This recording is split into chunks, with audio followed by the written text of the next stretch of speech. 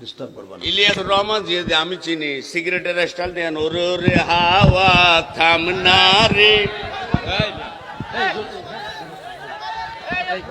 সরা আমি একটা প্রশ্ন করব, রাখো রাখো রাখো।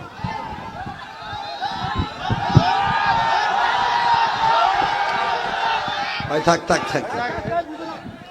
এই থাক, ও মদ খেয়ে আইছে, বসো।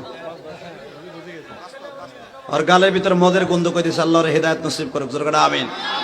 এ বসো। আর সাহস কত বড়, এই এলাকায় কি পুরুষ নাই নাকি? আল্লাহ হেফাজত করুক, জোরে করে আমিন। আল্লাহর হেদায়েত নসিব করো।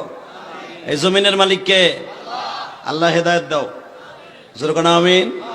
হয়তো ভাই আমার চিনে আইছে, কিন্তু উনি স্বাভাবিক না, উনি অস্বাভাবিক। আল্লাহ ওনাকে স্বাভাবিক করে দেন, হেদায়েত নসিব করেন। আপনি পারেন না এমন কোন জিনিস নাই। এদিকে তাকান। এই এই এই যুবক, এদিকে তাকাও। সর্বময় ক্ষমতার মালিক কে? এই আল্লাহ সবই পারেন, পারে না? পারে। এই ভাইটারে হেদায়েত দিতে পারে কে? ঈমান নিয়ে মৃত্যু দান করতে পারে কে? আল্লাহ তাকে ঈমান নিয়ে মৃত্যু দান করেন। তোমরা কে উঠে আমার কষ্ট দিবা না।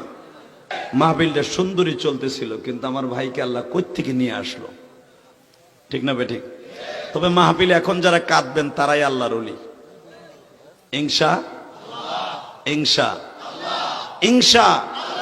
হতে পারে এমনও, হয়তো এই মাহফিলের যারা বিরোধী আছে আর ওরা হয়তো অন্য কিছু কইরা এরে বাড়াইতেছে যে ডিস্টার্ব কর। কিন্তু মনে রাখো, আল্লাহ ওয়ালাদের আমি মুসাফিরে কষ্ট দিয়ে মাহফিল নষ্ট করতে চাইলে তোমাদের জিন্দেগি নষ্ট হয়ে যাবে। এই জমিনের মালিক কে? শুধু আমার দিকে তাকাবেন, কেউ এদিক সেদিক তাকাবেন না।